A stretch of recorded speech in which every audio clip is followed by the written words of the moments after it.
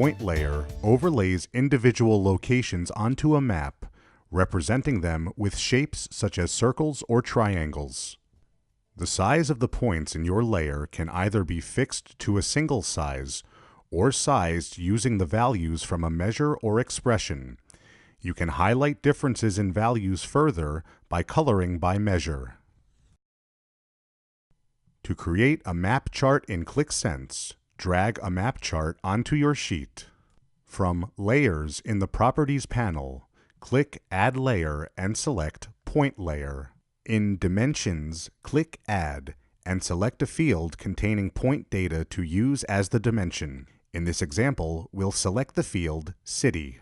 Once the layer is added, you can adjust settings for the layer in the Properties panel. For example, in the Size and Shape tab, you can modify the point size by using the sales measure. You can also change the shape of your points from the Shape drop-down menu. Next, in Colors, color your map by measure and select the measure Sales. Your points will then be colored according to their sales value. And that concludes this video.